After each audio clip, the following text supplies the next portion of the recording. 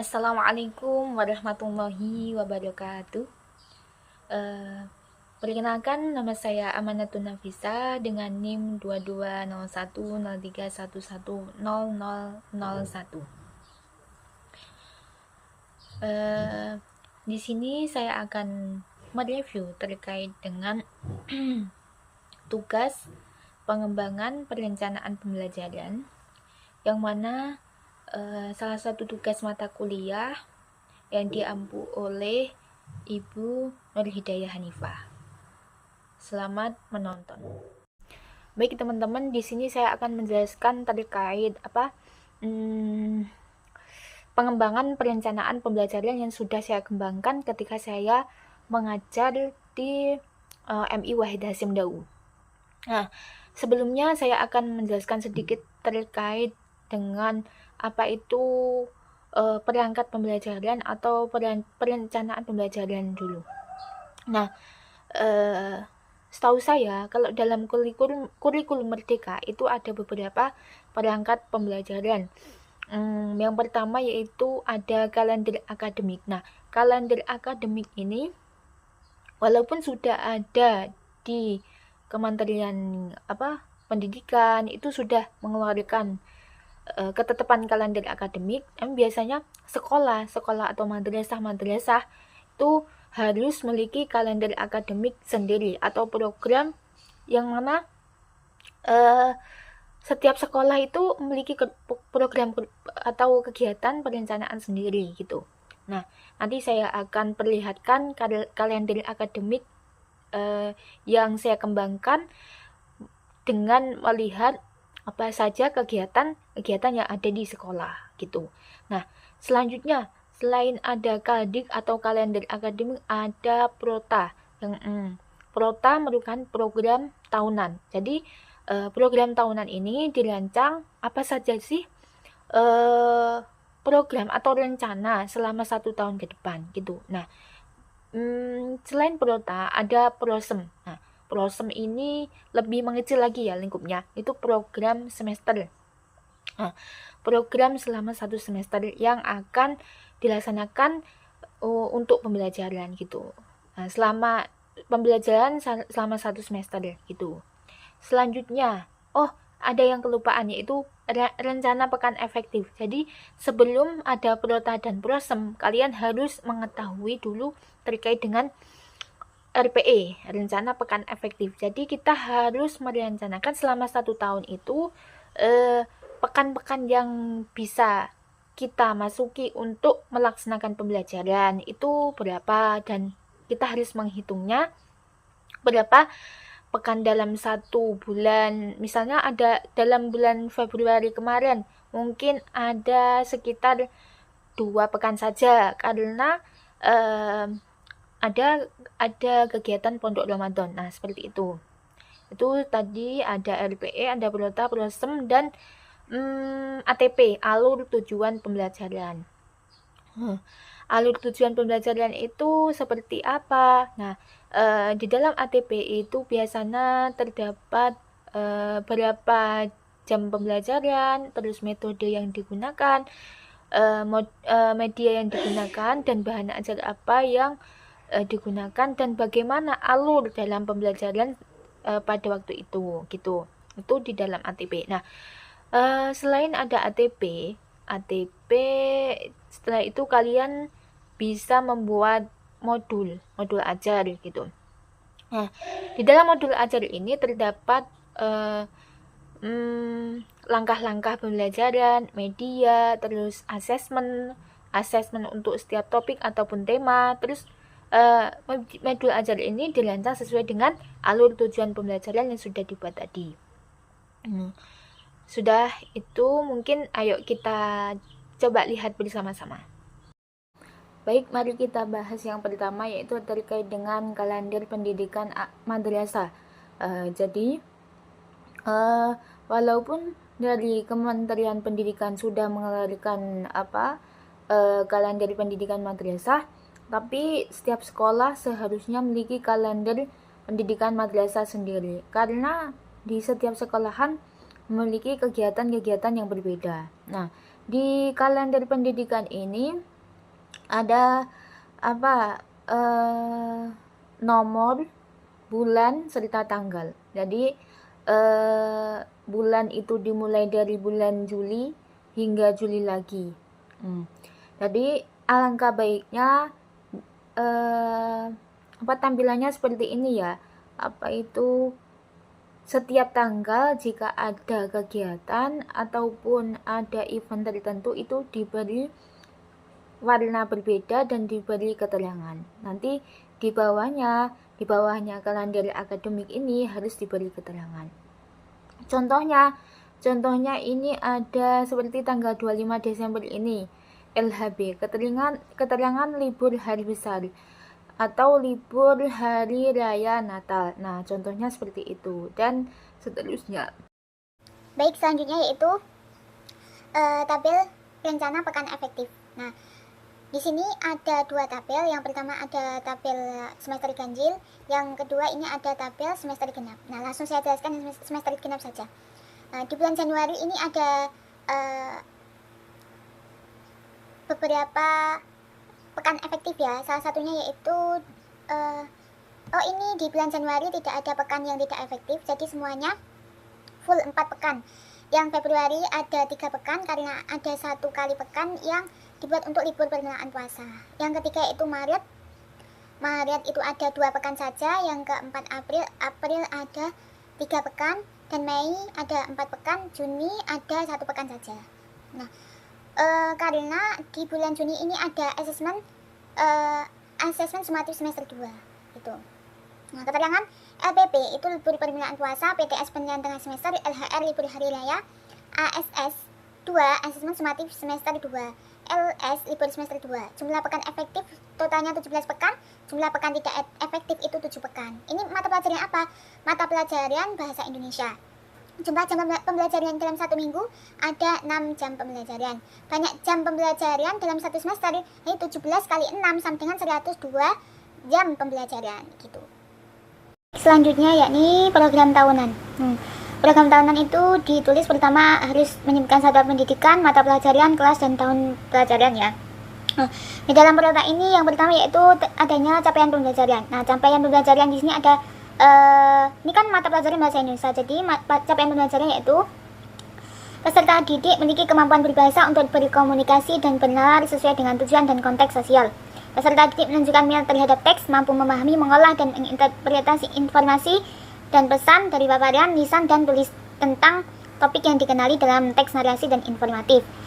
Peserta didik mampu menanggapi dan mempresentasikan informasi yang dipaparkan, berpartisipasi aktif dalam diskusi, menuliskan tanggapannya terhadap bacaan, menggunakan pengalaman dan pengetahuannya, menulis teks untuk menyampaikan pengamatan dan pengalamannya dengan lebih terstruktur. Peserta didik memiliki kebiasaan membaca untuk hiburan, menambah pengetahuan dan keterampilan. Nah, hal yang paling penting di dalam prota ini adanya elemen capaian pembelajaran pada setiap fasenya. Kalau misalkan bahasa Indonesia ya, itu ada menyimak, membaca, dan memeriksa, berbicara dan mempresentasikan. Yang terakhir itu menulis. Nah, di dalam prota ini ada namanya tujuan pembelajaran, materi, dan alokasi waktu. Ini sudah kelihatan ya. Untuk tujuan pembelajarannya itu biasanya per bab atau per subbab itu. Jadi di semester genap ini ada 4 bab yang harus disampaikan. Yang pertama menjadi warga dunia, cinta Indonesia, sayangi bumi, dan bergerak bersama. Dalam 1 semester ini ya, ada 24 kali 4 JP ditambah 6 jam pembelajaran buat cadangan. Ini kalau saya hitung pas sesuai dengan rencana pekan efektif. Nah, selanjutnya ini ada PROSEM atau program semester. Di dalam PROSEM ini juga dicantumkan mata pelajarannya apa, alokasi waktunya berapa, sama kelasnya, semester berapa, kelas berapa, semester berapa, tahun pembelajarannya. Nah, di dalam PROSEM ini ada materi yang ingin disampaikan. Ini saya menampilkan yang semester genap saja ya. Yang pertama menjadi warga dunia, cinta Indonesia, sayangi bumi, bergerak bersama. Terus alokasi waktunya setiap satu bab itu 24 jam pembelajaran. Jadi dalam satu minggu itu 6 jam pembelajaran kan, berarti ada 4 minggu yang harus menghabiskan dalam satu bab ini. Nah, ini tinggal mencentang-centang saja lalu memberikan keterangan pada kolom keterangannya. Nah, ini sudah jelas sekali. Jumlah jam pembelajarannya cocok ya, sesuai dengan perota yang sudah saya jelaskan, 102 jam pembelajaran. Nah, ini ada keterangannya, dalam satu minggu ada 6 jam pembelajaran. Mungkin itu untuk program semester ya. Baik, selanjutnya yakni ATP atau biasa disebut dengan alur tujuan pembelajaran. Mata pelajaran yang saya ambil tetap bahasa Indonesia, kurikulum merdeka, capaian pembelajaran pada fase C. Nah, untuk fase C ini ada beberapa elemen ya. Ada capaian pembelajaran berdasarkan elemennya. Elemennya ada apa? Menyimak, membaca, memeriksa, berbicara, dan mempresentasikan, kemudian menulis. Nah, ini bisa dilihat. Kemudian selanjutnya terkait dengan kan setiap mata pelajaran ada beberapa bab yang harus dibahas. Nah, bagaimana dengan elemennya? Nah, itu disesuaikan dengan capaian pembelajarannya. Nah, untuk menyusun alur tujuan pembelajaran, kita harus melihat capaian pembelajaran terlebih dahulu. Kemudian, misalkan berbicara, contoh, mempresentasikan informasi dengan runtut untuk menggunakan contoh-contoh mendukung pendapatnya. Ini contohnya. Capaian pembelajarannya, melalui kegiatan pembuka, peserta didik dapat menyampaikan informasi secara runtut tentang nama perangkat teknologi, apa ciri-cirinya, seperti itu. ATP-nya, peserta didik melakukan kegiatan pembuka, peserta didik mengamati ilustrasi kegiatan yang dilakukan dengan perangkat teknologi, lalu menceritakan dengan runtut, kemudian apa yang mereka ketahui sesuai pertanyaan yang ada di panduan. Nah, selain ada alur tujuan pembelajaran, di sini ada kata kuncinya. Kata kuncinya ada ponsel, komputer, penyuara, iPad, dan lain-lain. Untuk di dalam alur tujuan pembelajaran ini harus dikasih alokasi waktu ya. Ini penting karena untuk merencanakan kegiatan pembelajaran yang dilakukan di kelas itu tadi. Karena ini kurikulum merdeka, maka harus mencantumkan profil Pancasila. Nah, contohnya ini ada mandiri, gotong royong, berkebinekaan tunggal. Nah, itu sampai ini saya ambil di semester 2 contohnya. Banyak sekali ATP ini sangat penting dalam bagaimana merencanakan pembelajaran yang akan dilaksanakan dalam satu semester ke depan gitu. Baik, selanjutnya saya akan menjelaskan terkait modul ajar. Jadi seperti ini ya tampilan modul ajar saya. Modul ajar saya ini mata pelajaran bahasa Indonesia sesuai dengan Prota, Promes, ATP, RPE juga sesuai. Ini ada modul ajar bahasa Indonesia kelas 5 semester genap fase C. Nah, sebelum masuk ke inti itu ada informasi umum terkait dengan modul ajar yang ingin digunakan. Identitas modul. Nah, di dalam identitas modul ini ada nama penyusun. Nah, itu tertera namanya Amanatun Nafisah, terus satuan pendidikannya di MI Wahid Hashim, mata pelajarannya bahasa Indonesia, elemen mata pelajaran atau topik cinta negeri Indonesia, kemudian topiknya mengamati pengumuman. Untuk kelas 5 semester 2, alokasi waktu 2 jam pembelajaran atau 1 kali pertemuan. Fase C. Sebelumnya, ini di dalam modul ajar itu harus terdapat capaian pembelajaran atau CP. CP pada modul ajar saya itu peserta didik memiliki kemampuan berbahasa untuk berkomunikasi dan bernalar dengan tujuan dan konteks sosial sesuai dengan ATP yang saya baca tadi. Terus sarana prasarana ada lembar kerja, buku tulis, papan tulis, whiteboard, referensi lain yang mendukung. Sumber belajar buku LKS kelas 5 MI. Targetnya peserta didik jumlah peserta didik ada 32 orang. Nah, ini tadi ada profil pelajar Pancasila, beriman dan bertakwa, bergotong royong, berkebinekaan tunggal, berkebinekaan global, mandiri, bernalar kritis, kreatif. Model pembelajaran blended learning melalui model pembelajaran dengan menggunakan PJPL, Project Based Learning, dan terintegrasi pembelajaran Problem Based Learning (PBL). Nah, ini ada tujuan pembelajaran, ada pemahaman bermaknanya, kemudian terdapat pertanyaan pemantik, terus persiapan belajar. Kemudian ini ada kegiatan inti. Nah, kegiatan inti ini ada pendahuluan, guru membuka pelajaran dan sebagainya. Kemudian kegiatan intinya ada orientasi peserta didik, mengorganisasikan peserta didik, menganalisis dan mengevaluasi proses pemecahan masalah, terus memberikan tugas individu, kemudian bentuk.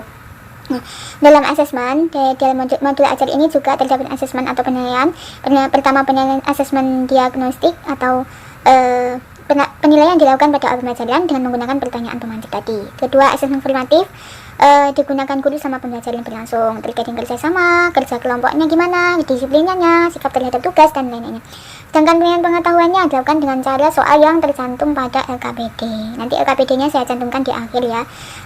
Kegiatan pengayaan dan remedial. Pengayaan diberikan kepada peserta didik telah mencapai kompetensi dan tujuan pembelajaran. Nah, remedial diberikan kepada peserta belum mencapai kompetensi. Refleksi guru, apakah kegiatan pembelajaran berlangsung dengan baik, apa momen paling berkesan, gitu ya. Peserta didik, bagaimana menurut paling sulit pada pelajaran ini, apa aja tanyakan. Terus lampiran ada materi LKPD penilaian.